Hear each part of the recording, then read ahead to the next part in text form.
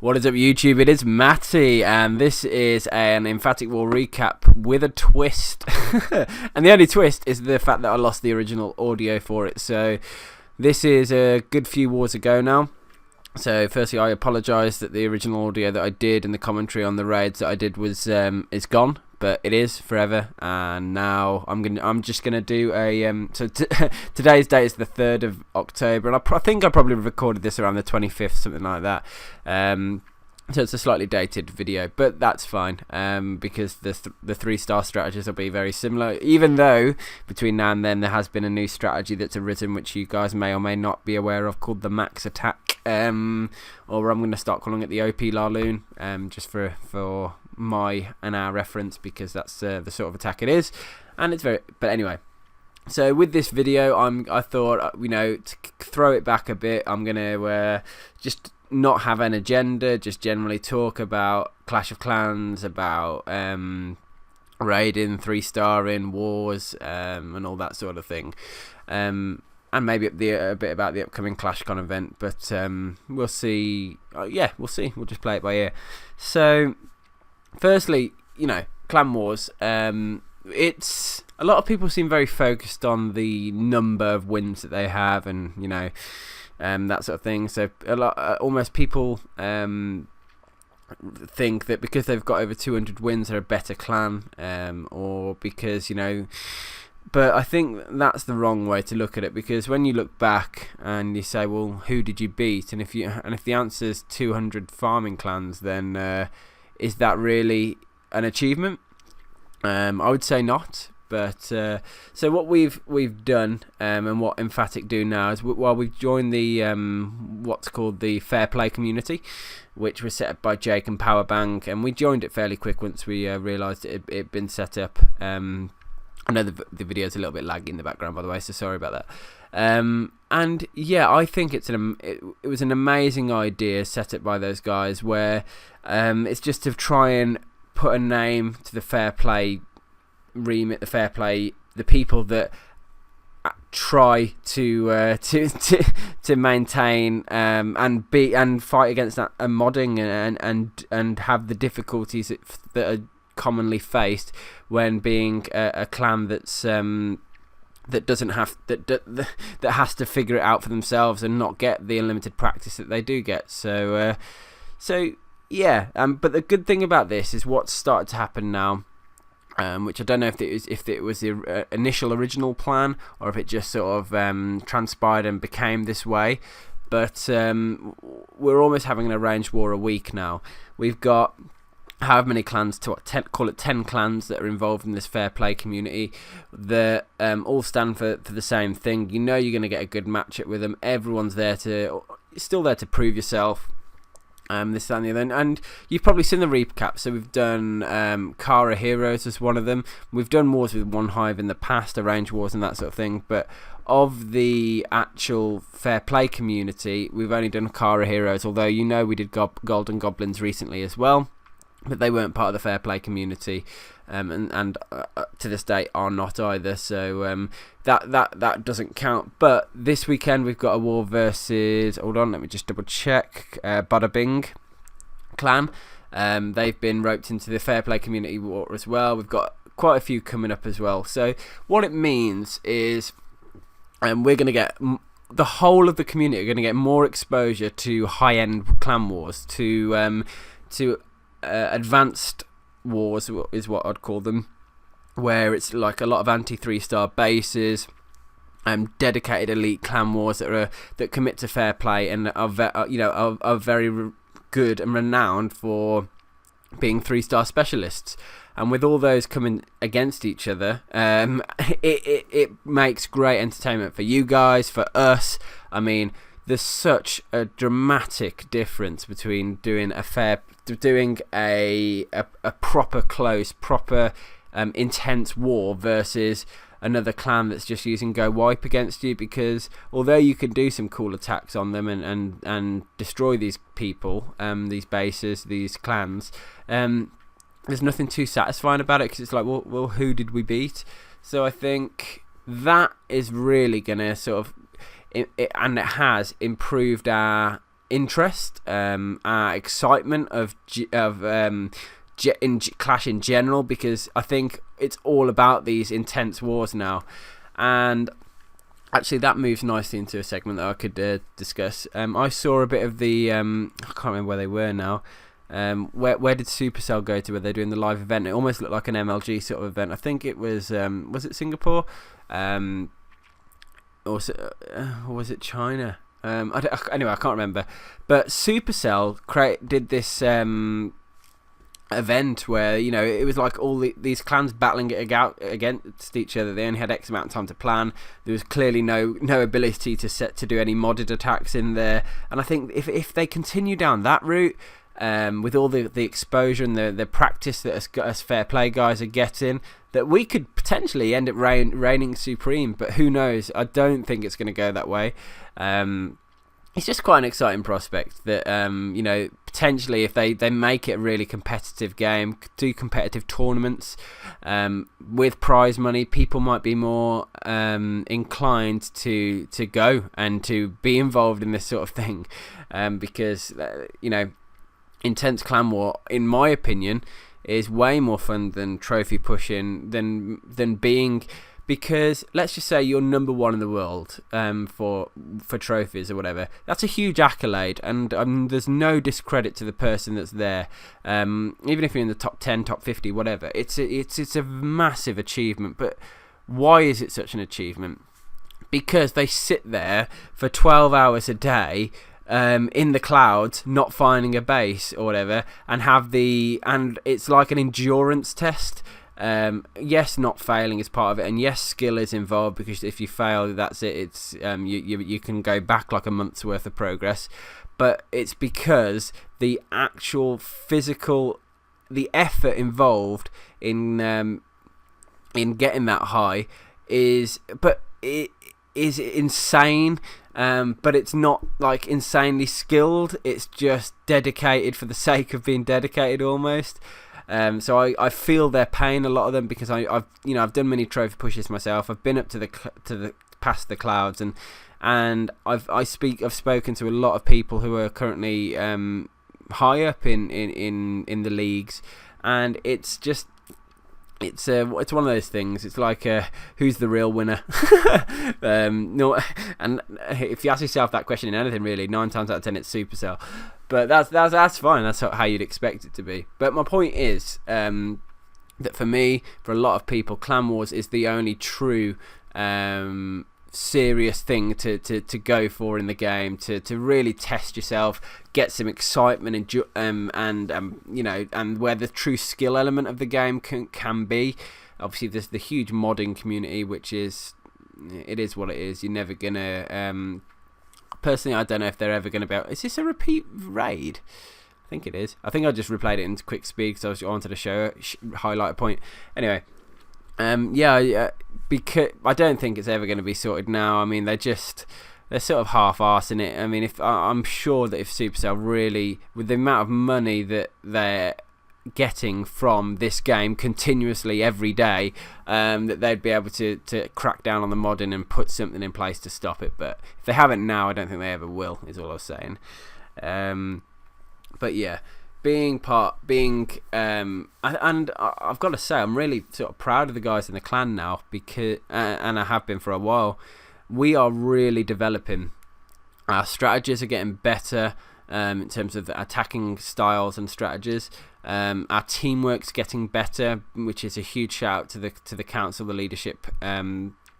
Aside from me, because I don't get involved too much on, you know, actually strategizing the wars, that sort of thing. For the most part, I have a very hectic, busy lifestyle. So in terms of this, as I said, the strategic element of Emphatic Elite, it's not me. It's people like Van and Gusty and David and, you know, all the people in the deep council within EE that really sort of enforce and plan who attacks who and how we orchestrate it, particularly in the arranged wars. So it's massively proud feeling, especially when you're going up against tough clans, known clans who are known for being very good, and you're pulling off the win. It's just one of those things that's I don't know. There's nothing more enjoyable for me as a person that obviously started Emphatic Elite. To see us doing very well, and I hope it continues. Obviously, I want us to continue to grow. We're always looking for new members, new blood to come and join us. We want to. We're never adverse to doing a 50-50 war, but we started doing 10-man wars when he was first born, and since then we've just sort of grown and grown and grown, and it's just slowly but steadily moved up, but at our pace and with people that we want to. And I suppose that's a little bit of insight into how we work now. Our goal and our decisions that where people have left, or it hasn't worked out for people that have been tried to be part of our clan, because there's been a few, particularly some people have been pushed out, some people have optionally left, probably more people that pushed out than optional, I'd say. But our ethos in the clan, it's not hardcore. You wouldn't expect. There's not this. The only pressure people get really is what they put on themselves. There's not like this.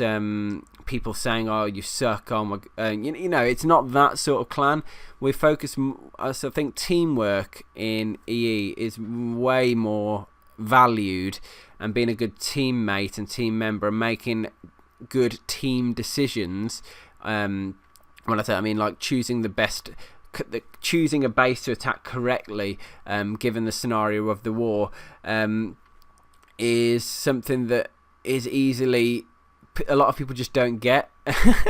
And being a good team member, that is the most important thing to us. So we've had to, in the past, get rid of and ask people to leave who have been amazing attackers, but just not fitting with the team very well.